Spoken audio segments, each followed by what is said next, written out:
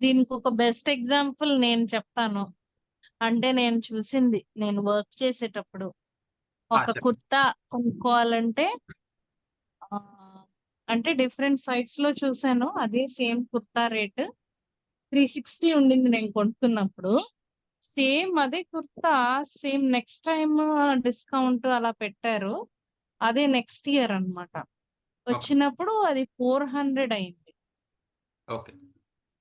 Same same thing, same colours, same material, same X brand, everything అది same. Inflation ఎందుకు? Oriented companies అయితే కనుక మనం దాన్ని వాళ్ళు అలా ఫాలో అప్ చేస్తారనమాట. ఇన్‌ఫ్లేషన్ ఓరియెంటెడ్ కంపెనీస్ అయితే. మీరు కరెక్ట్‌గా గెస్ చేశారు. అంటే సేమ్ ప్రొడక్ట్ ప్రైస్ ఎందుకు పెరుగుతుంది? అంటే ఐ మీన్ సెల్లింగ్ ప్రైస్ ఎందుకు పెరుగుతుంది అంటే, వాళ్ళ కాస్ట్ పెరిగినప్పుడు ప్రాఫిట్ మార్జిన్ కూడా పెంచుతారనమాట. Just like this. 50% ముందర మార్జిన్. కొనుక్కున్నప్పుడు తగ్గే ఉంది. నెక్స్ట్ టైం కి అది పెరిగింది. సేమ్, అసలు ఏం చేంజ్ లేదు. ఇంకా సింపుల్ ఎగ్జాంపుల్, బెస్ట్ ఎగ్జాంపుల్ చెప్పాలంటే గోల్డ్ రేట్స్ అండి. Gold hmm. ఒక 10 grams gold rates. Previous 6 months back approximately ఒక 50,000 ఉంటే ఇప్పుడు అది 68,000 నియర్ బై వెళ్ళిపోయింది. Because of inflation. Inflation prices, raw material prices పెరగటం వల్ల వాళ్ళు ప్రొడక్ట్ కాస్ట్ పెరుగుతుంది. ప్రొడక్ట్ కాస్ట్ పెరగటం వల్ల వీళ్ళు మార్జిన్ గూడా యాస్ ఇట్ ఈస్‌గా ఉంచుతారు కాబట్టి ఆటోమేటిక్‌గా సెల్లింగ్ ప్రైస్ పెరుగుతుంది. ఇప్పుడు ఇలాంటి కంపెనీస్ గనక మన క్లయింట్‌గా అనుకుంటే వాళ్ళ ఈ సిస్టమ్ అంటే కాస్ట్ బేసిస్‌లో వాళ్ళు సెల్లింగ్ ప్రైస్ అనేది ఫిక్స్ చేస్తున్నారనుకుంటే గనక మనం అక్కడ కండిషనల్ టైప్‌లో అండి. మనం అక్కడ కండిషనల్ టైప్‌లో ఈకే01 అనే కోడ్ ఇస్తామనమాట. ఈకే01 అంటే వాళ్ళ సెల్లింగ్ ప్రైస్ టోటల్‌గా కాస్ట్ మీద డిపెండ్ అయ్యి ఉంటుంది. ఓకే. సో, ఇక్కడ ఇది బానే ఉంది. రా మెటీరియల్స్ వాళ్ళు కన్సిడర్ చేస్తారు. ఆ ప్రైజెస్ పెరిగితే ఇన్‌ఫ్లేషన్‌ని వాళ్ళు కంట్రోల్ చేసుకోవటానికి, ఇన్‌ఫ్లేషన్‌ని మేనేజ్ చేసుకోవటానికి దాని మీద ప్రాఫిట్ అనే మార్జిన్ యాడ్ చేసుకొని, దాని ప్రకారం సెల్లింగ్ ప్రైస్ అనేది వాళ్ళు అమ్మగలుగుతున్నారు. దీనికి ఇంకో బెస్ట్ ఎగ్జాంపుల్ అండి టెలివిజన్స్‌లో ఎల్‌జీ కంపెనీ అనేది దీనికి బెస్ట్ ఎగ్జాంపుల్ అండి. మీరెప్పుడైనా ఎల్‌జీ బ్రాండ్ టెలివిజన్స్ చూడండి. వాళ్ళ యొక్క కాస్ట్ అదే మిగిలిన అండి. ప్రొడక్ట్స్ మీద కంపేర్ చేసుకుంటే చాలా హై ప్రైజెస్ ఉంటాయి. దేనికి హై ప్రైజెస్ ఉంటాయంటే, ఆ ప్రొడక్ట్‌కున్న డిమాండ్ అలాంటిది. ఆ ప్రొడక్ట్‌కున్న డిమాండ్ అలాంటిది. అవునా? కానీ మేము చాలా తక్కువ కొన్నాం. అంటే మా అబ్బాయి టీవీ పగలగొట్టేసాడు. పడేసాడు. అయితే మేము ఎల్జీ టీవీ కొన్నాం. ముందర సామ్సంగ్. ఎల్జీ టీవీ చాలా తక్కువ. అంటే మేము చిన్నదే కొన్నాం. సర్లే వాడు మళ్ళీ పగలగొట్టేస్తాడేమోనని చిన్నది కొన్నాం. 32 ఇంచెస్ తక్కువకే వచ్చింది మరి. అంటే మరి మిగిలిన ప్రైస్ అంటే అది తక్కువని అది కొన్నాం మరి. కాదండి. 32 అక్ ఇంచెస్ తక్కువే అంటే మిగిలిన బ్రాండ్స్‌తో కంపేర్ చేస్తే నేనంటున్నాను. ఆహా! మిగిలిన బ్రాండ్స్ తో కంపేర్ అంటే చేస్తే వాళ్ళక్కడ కూడా వాళ్ళు ఫాలో తక్కువనే అప్ ఉంది. అయ్యేది ఏంటి అంటే, ఇన్‌ఫ్లేషన్‌ని వాళ్ళు కంట్రోల్ చేయగలుగుతున్నారండి. ఏదైతే ధరలు ఓకే. మెటీరియల్ కాస్ట్ పెరుగుతుందో, దాన్ని వాళ్ళు మార్కెట్‌లో గెయిన్ చేయగలుగుతున్నారు. కొన్ని కంపెనీస్ ఇప్పుడు రా మెటీరియల్ కాస్ట్ పెరిగింది. ఫర్ ఎగ్జాంపుల్ రూ. 300 నుంచి రా మెటీరియల్ కాస్ట్ 400కి పెరిగింది. వీళ్ళు లాస్ట్ టైమ్ రూ. 300 ఉన్నప్పుడు కాస్ట్ వీళ్ళు for example let us say 350కి సేల్ చేశారు సెల్లింగ్ ప్రైస్. ఇప్పుడు రా మెటీరియల్ కాస్ట్ 400 అయినా వీళ్ళు 350కి అమ్మాల్సొచ్చిన సిట్యుయేషన్ వచ్చిందనుకోండి. అది కంపెనీకి రియల్లీ బ్యాడ్ టైమ్ అన్నమాట. ఎందుకంటే ఆళ్ళ ప్రొడక్ట్‌కి అక్కడ వాల్యూ లేదు. అండ్ మార్కెట్ లేదు కాబట్టి ఆటోమేటిక్‌గా ఆ ప్రొడక్ట్ ఆర్ కంపెనీ అనేది డౌన్ అయిపోతుందన్నమాట. ఓకే. లేస్ చిప్స్ అదే చేస్తున్నారు ఇప్పుడు. Bingo, Bingo exactly. మీరు చూసారా అండి? బింగో రూ. 10 బింగో కొంటే రూ. 10 క్యాష్ బ్యాక్. ఎగ్జాక్ట్‌లీ. అంటే వాళ్ళు మార్కెట్ షేర్ లేదు కాబట్టి వాళ్ళు పెంచుకోవడానికి ఇలా ప్లాన్స్ చేస్తున్నారు. ఆల్‌వేస్‌గా డిస్కౌంట్స్ అనేది ఎప్పుడు ఆఫర్ చేస్తారు అనంటే గనక, ఇలాంటి మార్కెట్ షేర్ తగ్గిపోతున్నప్పుడు డిస్కౌంట్ షేర్స్ అనేవి ఆఫర్ చేస్తారు. ఓకే. ఇంకో సిట్యుయేషన్ ఏంటి అనంటే, ఇక్కడ మన కండిషనల్ టైప్ లైన్ ఐటెమ్‌లో వచ్చేది సెల్లింగ్ ప్రైస్ నాట్ డిపెండెంట్ అండి. Not depending on cost. Selling price not right. Dependent. అంటే కాస్ట్ మీద డిపెండ్ అవ్వకుండా సెల్లింగ్ ప్రైస్ అనేది ఫిక్స్‌డ్. కాస్ట్ మీద డిపెండ్ అవ్వకుండా. ఇదేంటి? అసలు ఎలాంటి ప్రొడక్ట్స్ మీద ఉంటాయి? అసలు మనం ఫస్ట్ ఆఫ్ ఆల్ కాస్ట్‌ని కాలిక్యులేట్ చేసుకొని, దాని ప్రకారం ఓకే. ఇంత వాల్యూ అవుతుంది. అండ్ దానికి మనం మార్జిన్ అనేది యాడ్ చేసుకొని, మన సెల్లింగ్ ప్రైస్ అనేది ఫిక్స్ చేసుకుంటాం. ఎవరైనా జనరల్‌గా చేసే ప్రాసెస్ అదే. అసలు కాస్ట్ అనేది కంపారిజన్ లేకుండా సెల్లింగ్ ప్రైస్ ఎలా పెంచుతారు అంటే, మీకొక ఎగ్జాంపుల్ చెప్తాను. మార్కెట్‌లో 2 టైప్స్ ఆఫ్ థింగ్స్ ఉంటాయండి. అంటే డిమాండ్ ఎప్పుడు పెరుగుతుంది అనంటే 2 సిట్యుయేషన్స్‌లో పెరుగుతుందండి. ఒకటి ప్రైస్ వాల్యూ అనేది తగ్గినప్పుడు డిమాండ్ పెరుగుతుందండి. ఓకే. అంటే మనం రెగ్యులర్‌గా కొనే ప్రొడక్ట్స్ ఎప్పుడైతే ప్రైస్ వాల్యూ తగ్గిపోతుందో ఆటోమేటిక్‌గా కస్టమర్స్ యొక్క ఇంట్రెస్ట్ అనేది దాని మీద పెరుగుతుంది. ఓకే. ఇంకోటి ప్రైస్ వాల్యూ అనేది పెరిగినప్పుడు డిమాండ్ పెరుగుతుంది. అదేంటి ప్రైస్ పెరిగినప్పుడు డిమాండ్ పెరగటం ఏంటి అంటే, మీకు బెస్ట్ ఎగ్జాంపుల్ చెప్పాలి అనంటే, రోలెక్స్ వాచెస్ అండి. రోలెక్స్ గాని, అలాగే రోల్స్ రాయల్స్ గాని ఇది ఒక డిఫరెంట్ కేటగిరీ. లగ్జరీ ఎగ్జాక్ట్‌లీ అండి. గూడ్స్. లగ్జరీ. అంటే మార్కెట్‌లో ఎవరైతే ఇవన్నీ నాకెలా ఎక్స్‌పర్ట్స్ ఉంటారో తెలుసంటే మేము ఇవన్నీ ప్రొఫైల్స్ చేస్తాం కదా! అవునండి. Millionaires profile. అందులో మేము సెక్టార్స్ అవన్నీ సెగ్రిగేషన్ ఉంటదన్నమాట. ప్రతి ఎంట్రీలో సెగ్రిగేషన్ అన్నిటికి. సో, ఐడియా ఉంది నాకు. ఓకే. అలా. అంటే ఇక్కడ ఏమవుతుంది అనంటే, వీళ్ళు కాస్ట్ అనేది కాలిక్యులేట్ చేయరండి. మార్కెట్‌లో వీళ్ళేం చేస్తారు అనంటే ఆ రాయల్టీ ఏదైతే ఈ లగ్జరీ పీపుల్‌కి అవసరమో, ఆ రాయల్టీ లుక్ గాని, ఆ రాయల్టీ ఫీల్ గాని ఇంకో ఎగ్జాంపుల్ చెప్పాలంటే ఇంకా యాపిల్ మొబైల్స్. యాపిల్. ఇంకా యాపిల్ మొబైల్స్. ఈ 3 బెస్ట్ ఎగ్జాంపుల్స్ అండి. కాస్ట్‌తో అసలు సంబంధం లేదు. వాళ్ళేం చేస్తారంటే ప్రైస్‌ని అమాంతం పెంచేస్తారు. కామన్ పీపుల్‌కి అందకుండా మనలాంటి ఒక జనరల్ పీపుల్‌కి ఆ ప్రైజెస్ అనేవి అందకుండా చేస్తారండి. కానీ అందరికీ తెలిసేటట్టు చేస్తారు. కానీ మనం అది కొనలేం. అలా ఉంటాయి ఆ ప్రైజెస్. ఓకే. ఇప్పుడు రాయల్ పీపుల్‌కి ఐ మీన్ లగ్జరీ పీపుల్‌కి అదే అవసరం. అంటే నలుగురిలో ఉన్నప్పుడు వాళ్ళకున్న రాయల్టీ అందరికి కనబడటానికి ఈ ప్రొడక్ట్స్ అనేవి యూజ్ చేస్తారు. Rolex watch yes. చేస్తున్నారు, యాపిల్ మొబైల్ యూజ్ చేస్తున్నారు, రోల్స్ రాయల్స్ కార్స్‌లో వస్తున్నారు. అలాంటి లుక్ అండ్ ఫీల్ వాళ్ళకవసరం. అందుకని వీళ్ళు ఈ టైప్ ఆఫ్ ఇండస్ట్రీస్ ఏవైతే ఉంటాయో ఆర్ ఈ టైప్ ఆఫ్ కంపెనీస్ ఏవైతే ఉంటాయో వాళ్ళు సెల్లింగ్ ప్రైస్ అనేది కాస్ట్ మీద డిపెండ్ అవ్వరనమాట. ఓకే. అసలు కాస్ట్ అనేది కన్సిడరే చేయరు. అలాంటి ప్రాసెస్ గనుక మన ఎస్ఐపి క్లయింట్‌కి గనుకుంటే, అక్కడ మనం కండిషనల్ లైన్ ఐటెమ్‌లో ఈకే01 ఈకే02 అనే కోడ్ ఇస్తామనమాట. ఈకే02.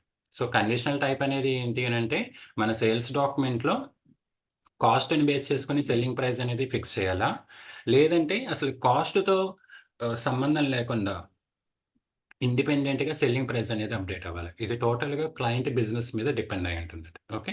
సో, ఇక్కడ ఈకే01 అని మీరు ఇస్తున్నారు అనంటే, అది జనరల్‌గా రెగ్యులర్‌గా ఉండే బిజినెసెస్‌కి ఫర్ ఎగ్జాంపుల్ ఎల్‌జీ గాని, లేదంటే సామ్‌సంగ్ గాని, లేదా వేరే ఎనీ ప్రొడక్షన్ ప్లాంట్స్ ఉన్నవి గాని, అంటే రా మెటీరియల్ ప్రైజెస్ పెరుగుతూ ఉంటే, వీళ్ళ ప్రైజెస్ పెరుగుతుంది. రా మెటీరియల్ కాస్ట్ తగ్గుతూ ఉంటే, వీళ్ళ ప్రైజెస్ తగ్గుతూ ఉంటుంది. అంటే టోటల్‌గా సెల్లింగ్ ప్రైస్ అనేది కాస్ట్ మీద డిపెండ్ అయ్యి ఉంటుంది. ఓకే. అప్పుడు మీరు ఈకే01 అనేది ఇవ్వండి. అదే గనక మన క్లయింట్ ఒక లగ్జరీస్ పీపుల్‌కి లిమిటెడ్ స్టాక్ అనేది వాళ్ళు ప్రొడక్షన్ చేసేది. ఇలా just Apple mobiles, Rolls Royce, Rolex ఇలాంటి సంథింగ్ ఒక హెవీ బ్రాండ్ ఐటెమ్స్ అనుకుంటే గనక వాళ్ళు కాస్ట్ మీద డిపెండ్ అవ్వరు సెల్లింగ్ ప్రైస్‌కి. ఓకే. అలాంటప్పుడు ఈకే02 అనే కోడ్ అనేది మనం అక్కడ ఇవ్వటం జరుగుతుంది. టోటల్‌గా క్లయింట్ బిజినెస్ మీద ఇదంతా ఇన్వాయిస్ ఇవన్నీ ముందుగానే చేశాక అప్పుడు మనకి ఆహ్, కాదు కాదండి. డిస్కౌంట్‌లు అవన్నీ. మీరిక్కడ ఇప్పుడు సేల్స్ ఆర్డర్ ప్రిపేర్ చేస్తారు గదా! సేల్స్ హ్మ్. ఆర్డర్ ప్రిపేర్ చేసేటప్పుడు ఆ మెటీరియల్స్‌కి ఒక ప్రైస్ అనేది అప్‌డేట్ అవ్వాలి. ఆ ప్రైసు అవును. అప్‌డేట్ అప్డేషన్ లాస్ట్‌లో. ప్రాసెస్ హ్మ్. కాస్ట్ మీద డిపెండ్ అయ్యి అప్‌డేట్ అవ్వాలా? లేదు అంటే గనక హుహు. నాట్ డిపెండెడా? అసలు కాస్ట్‌తో సంబంధం లేకుండానే అప్‌డేట్ అవ్వాలా అనేది ఇక్కడ ఇచ్చే మన ఈ ఓకే. ఈకే01, ఈకే02 కోడ్‌తో జనరేట్ అవుతుందండి. ఫర్ ఎగ్జాంపుల్ ఈకే01 ఇచ్చారు. ఈ బేస్ ప్రైస్ ఇక్కడ బేస్ ప్రైస్ అనేది అప్‌డేట్ అవ్వాలంటే ఆ ప్రొడక్షన్ కాస్ట్ ఎంత? వర్కర్స్ కాస్ట్ ఎంత? అడ్మినిస్ట్రేషన్ కాస్ట్ ఎంత? అడ్వర్టైజ్‌మెంట్ కాస్ట్ ఎంత? ఇయన్నీ కాస్ట్ కాలిక్యులేట్ చేసి, అందులో మనం ఇచ్చిన ప్రాఫిట్ మార్జిన్ అనేది యాడ్ చేసి, ఓవరాల్‌గా ఫైనల్ ప్రైస్ అనేది ఇక్కడ ఫర్ ఎగ్జాంపుల్ 13,000 అనుకోండి. ఆ 13,000 ఫైనల్ ప్రైస్ అప్‌డేట్ అవుతుంది. అంటే ఆ కాస్ట్ మీద ఓకే. టోటల్‌గా డిపెండ్ అవుతుంది. హ్మ్. డిస్కౌంట్ ఫర్ ఎగ్జాంపుల్ అక్కడ మనం యూజ్ చేసిన డిస్కౌంట్ 10% అనుకోండి. 1300 అనేది డిస్కౌంట్. దానికి టాక్స్, ట్రాన్స్‌పోర్టేషన్, ఇన్స్యూరెన్స్ ఓవరాల్‌గా ఫైనల్ ప్రైస్ అనేది అప్‌డేట్ అవుతుందన్నమాట. ఓకే. ఇలా ఈ కండిషనల్ టైప్‌లో కానీ ఇవన్నీ అన్ని ఏమంటారు అన్ని సెక్టర్స్ కి రాదు. ఈ కన్స్యూమర్ గూడ్స్ కి అన్ని కన్స్యూమర్ గూడ్స్ కి రావు కదా. జనరల్ గ్రోసరీస్ ఏ కి వాటికి రావు కదా. ఇవి అన్నీ వర్తిస్తాయా మీరు చెప్పిన ఇన్సూరెన్స్ ది? అంటే అన్నీ అహా! అది ఉండాలని లేదు అప్లై కదా. అవ్వచ్చు, అవ్వకపోవచ్చండి. అది మనం అవ్వకపోవచ్చు ఏంటి అంటే కానీ ప్రైజింగ్ ప్రైస్. ప్రొసీజర్‌లో ఓకే. మనం ఇన్సూరెన్స్ అనే ప్రైస్ కాంపోనెంట్ ఇస్తాం అంతే. ఇన్ కేస్ క్లయింట్ అది అన్నెసెసరీ అనుకున్నాడనుకోండి, దాని వాల్యూ ఎప్పుడు జీరోలో ఉంటుంది. అదేలేండి. అప్పుడు ఎగ్జాంపుల్ చెప్పారు గుర్తొచ్చింది. షర్ట్స్, జనరల్‌గా ఏంటి అంటే computers which is insurance essential. అవును. జనరల్‌గా ఏంటి అంటే ఇన్సూరెన్స్ ఇవన్నీ గూడా ఏంటి అంటే మనం ఎక్స్‌పోర్ట్స్, ఇంపోర్ట్స్ చేసేటప్పుడు మనం కంపల్సరీగా మ్యాండేటరీగా యూజ్ చేస్తాం ఇన్సూరెన్స్. అదే లోకల్‌గా ఉండేటప్పుడు డెలివరీస్‌కి గాని లోకల్ డెలివరీస్, ట్రాన్స్‌పోర్టేషన్‌కి అన్నప్పుడు జనరల్‌గా ఇన్సూరెన్స్ అనేది ఉండదండి. నియరెస్ట్ ప్లేసెస్‌లో గనుకుంటే. ఇప్పుడు మనం అమెజాన్‌లో ఆర్డర్ బుక్ చేస్తాం. దానికి ఇన్సూరెన్స్ అనేది ఉండదు గదా! స్మాల్ ఉండదు. ఐటెమ్స్ ల్యాప్‌టాప్స్‌కి గాని, షర్ట్స్‌కి గాని ఏదైనా ఆర్డర్ చేసేటప్పుడు ఇన్సూరెన్స్ ఉండదు. అదే మనం ఏదైనా ప్రొడక్ట్స్ ఔట్ సైడ్ అబ్రాడ్ నుంచి గనక మనం ఇంపోర్ట్ చేసుకుంటుంటే కంపల్సరీ ఇన్సూరెన్స్ అనేది కూడా యాడ్ అవుతుంది. ఓకేనండి. So, okay. ఈ కండిషనల్ టైప్ హ్మ్. లైన్ అయితే మీకు అర్థమైంది కదండీ. సెల్లింగ్ అర్థమైంది. కాస్ట్ మీద డిపెండ్ అయ్యి అప్‌డేట్ అవ్వాలా? అసలు కాస్ట్‌తో సంబంధం లేకుండా అప్‌డేట్ అవ్వాలా? కాస్ట్‌తో సంబంధం లేకుండా అప్‌డేట్ అయ్యే ఇండస్ట్రీస్ ఎగ్జాంపుల్ చూసాం కదా! రోల్స్ రాయల్స్, యాపిల్ మొబైల్స్, హ్మ్. రోలెక్స్ ఇలాంటి ఇండస్ట్రీస్. ఓకే. హ్మ్. Next. Next billing plan type అండి. ఓకేనా. మన డాక్యుమెంట్ టైప్స్‌లో ఇంకో 3, 4 ఆప్షన్స్ ఉంటాయండి వీటిలతో కలిపి. బి బ్లిన్నింగ్ బిల్లింగ్ ప్లాన్ టైప్ అనేది ఏంటి అంటే, మనకి ఇందులో 2 టైప్స్ ఉన్నాయండి. పీరియాడిక్ బిల్లింగ్ ఒకటి. నెక్స్ట్ అలాగే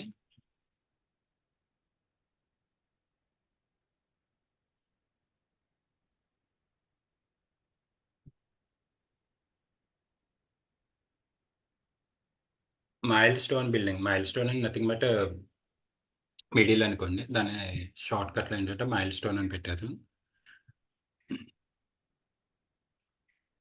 పీరియాడిక్ బిల్లింగ్ అనేది ఏంటి అనంటే ఫర్ ఎగ్జాంపుల్ ఆహ్, మంత్లీ బిల్లింగ్స్ మనం జనరేట్ చేయాలి అనుకుంటే గనక ఇదే లైక్ రెంట్స్‌కి గాని, సర్వీసెస్‌కి గాని అంటే ఇప్పుడు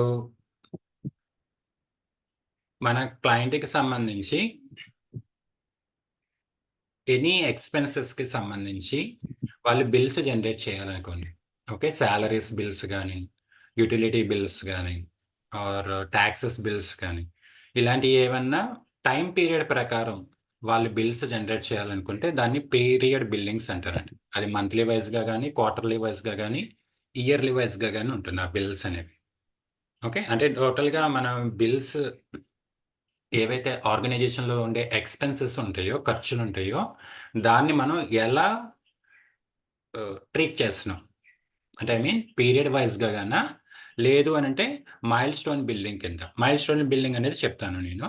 ఓకే. పీరియడ్ బిల్లింగ్ అంటే గనక మంత్లీ వైస్ నెల నెల కన్సిడర్ చేస్తాం. నెక్స్ట్ ఇక్కడ మైల్‌స్టోన్ బిల్లింగ్ అనేది ఏంటి అనంటే for example billing done on work done అండి. Billing based on work done. అంటే చేసిన పని వరకు మనం బిల్ అనేది జనరేట్ చేస్తాం. దీనికి ఒక బెస్ట్ ఎగ్జాంపుల్ అదేలేండి. మైల్ స్టోన్ అంటేనే అది. కన్‌స్ట్రక్షన్ బిల్లింగ్ అండి. కన్‌స్ట్రక్షన్. కన్‌స్ట్రక్షన్ ఇండస్ట్రీలో ఎప్పుడు గూడా అండి, కన్‌స్ట్రక్షన్ ఇండస్ట్రీలో ఎప్పుడు గూడా బిల్స్ అనేవి ఎలా జనరేట్ చేస్తారంటే మంత్లీ వైస్ జనరేట్ చేయరు. వాళ్ళు ఏదైతే టాస్క్ ఉంటుందో 100% ఉందనుకోండి. దానిలో 30% జనరేట్ అవుతే, ఈ 30%కి వాళ్ళు బిల్ అనేది జనరేట్ చేస్తారు. ఫర్ ఎగ్జాంపుల్ మీరే నాకు ఒక బిల్డింగ్ అనేది కన్‌స్ట్రక్ట్ చేయమని చెప్పి ఇచ్చారు. ఓకే. నేనెప్పుడు బిల్స్ జనరేట్ చేశాను? ఒక 20% కంప్లీట్ చేసిన తర్వాత ఇదిగోండి 20% ప్రాజెక్ట్ కంప్లీట్ అయింది. నాకు ఫండ్స్ రిలీజ్ చేయండి అని చెప్పేసి నేను మీకు చెప్తాను. ఆ 20% ఫండ్స్ నాకు రిలీజ్ చేస్తారు. మళ్ళీ ఒక 30% వర్క్ కంప్లీట్ అయిందనుకోండి. ఇదిగోండి టోటల్‌గా మళ్ళీ అగైన్ 30% కంప్లీట్ అయింది. దానికి సంబంధించిన ఫండ్స్ రిలీజ్ చేయండని నేను మీకు బిల్ అనేది రైజ్ చేస్తాను. అప్పుడు మళ్ళీ మీరు నాకు 30% ఫండ్స్ ఆ ప్రాజెక్ట్‌కి సంబంధించి నాకు పేమెంట్ చేయటం జరుగుతుంది.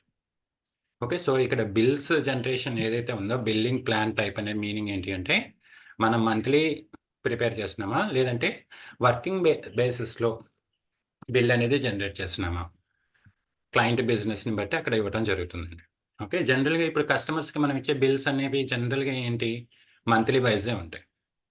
మంత్లీ వైజ్ ఈ మంత్కి ఎంత అయినాయి, ఈ మంత్కి ఎంత అయినాయి అని చెప్పేసి బిల్స్ చూసుకుని ఆ అవుట్ స్టాండింగ్ బిల్ ప్రకారం మనం బిల్స్ అనేవి జనరేట్ చేస్తాం. అవి అలాగే రెంట్స్ కానీ, శాలరీస్ కానీ, యూటిలిటీ బిల్స్ కానీ, ఎనీథింగ్ ఏవైనా మంత్లీ వైజే చూస్తుంటాం. Especially construction or project, for example ఏదైనా యాప్ అనేది డెవలప్ చేయాలి, ఒక పెద్ద ప్రాజెక్ట్. ఆ యాప్ కూడా మనం చేసిన వర్క్ దాన్ని బట్టి బిల్ అనేది జనరేట్ చేస్తాం. ఆ బిల్ జనరేట్ చేసిన దాన్ని బట్టి పేమెంట్ అనేది ఉంటుంది. ఓకే అండి. ఆ బిల్ ఎంతైతే వాల్యూ జనరేట్ అవుతుందో దాని ప్రకారం మనం పేమెంట్ అనేది చేస్తాం. దీనికి best example construction, house construction. ఓవరాల్‌గా 100% బిల్లింగ్ అయినప్పుడు మాత్రమే మీరు 100% ఫండ్స్ అనేవి ఓవరాల్‌గా ఇస్తారు. అది 1 ఇయర్ అవ్వచ్చు, 2 ఇయర్స్ అవ్వచ్చు, 3 ఇయర్స్ అవ్వచ్చు, ఓన్లీ 5 ఇయర్స్ అవ్వచ్చు. ఇంకో బెస్ట్ ఎగ్జాంపుల్ చెప్పాలి అనంటే, ఇంకా best example SAP project.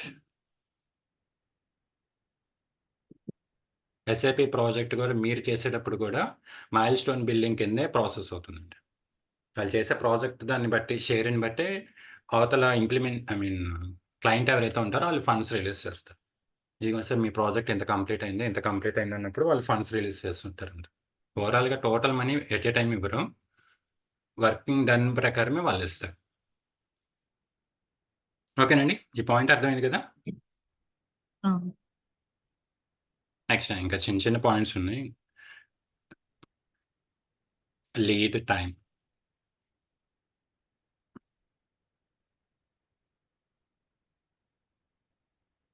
Lead time అనేది ఏం లేదండి. మనకి సింపుల్‌గా చెప్పాలి అనంటే, మనం ఆర్డర్ పెట్టిన దగ్గర నుంచి డెలివరీ జరగటానికి ఎంత టైం పడుతుంది? సింపుల్‌గా చెప్పాను. Lead time. మనం ఆర్డర్ పెట్టిన దగ్గర నుంచి డెలివరీ చేయటానికి పట్టే టైం అనమాట. ఈ టైం ప్రకారమే కస్టమర్‌కి ఒక డేట్ అనేది మనం ప్రామిస్ చేస్తాం. ఈ లీడ్ టైమ్‌లోనే మనకి loading time, transportation time, production time, goods receipt time ఇయన్నీ యాడ్ అవుతాయి. ఓవరాల్‌గా లీడ్ టైమ్‌లోనే. మనకి సప్లయర్ దగ్గర నుంచి వచ్చిన గూడ్స్ అన్‌లోడింగ్ చేయడానికి ఎంత టైం పడుతుంది? ఇన్వెంటరీ గోడౌన్‌లో స్టోర్ చేయడానికి ఎంత టైం పడుతుంది? ప్రొడక్షన్ చేయడానికి ఎంత టైం పడుతుంది? మళ్ళీ అగైన్ లోడింగ్ చేయడానికి ఎంత టైం పడుతుంది? లోడింగ్ చేసిన షిప్‌మెంట్ ఏదైతే ఉందో కస్టమర్‌కి ట్రాన్స్‌పోర్టేషన్ ఎంత టైం పడుతుంది? ఈ ఓవరాల్ ఈ టైం అంతా కలిసి లీడ్ టైమ్ అవుతుంది. ఈ లీడ్ టైమ్ ప్రకారమే మనము మన కస్టమర్‌కి ఒక డేట్ అనేది ఫిక్స్ చేయడం జరుగుతుంది. ఈ డేట్ కల్లా మీకు డెలివరీ చేస్తామండి అని చెప్పడం జరుగుతుంది. నెక్స్ట్ ప్రపోజ్ డెలివరీ డేట్ అండి. ప్రపోజ్ డెలివరీ డేట్ అంటే ఇక్కడ మనకి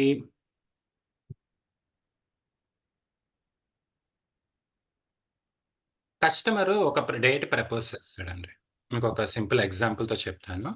ఫర్ ఎగ్జాంపుల్ కస్టమర్ అన్నాడు రోల్స్ రాయల్స్ కార్స్‌తోని okay. Rolls Royals cars order book చేస్తున్నాడు.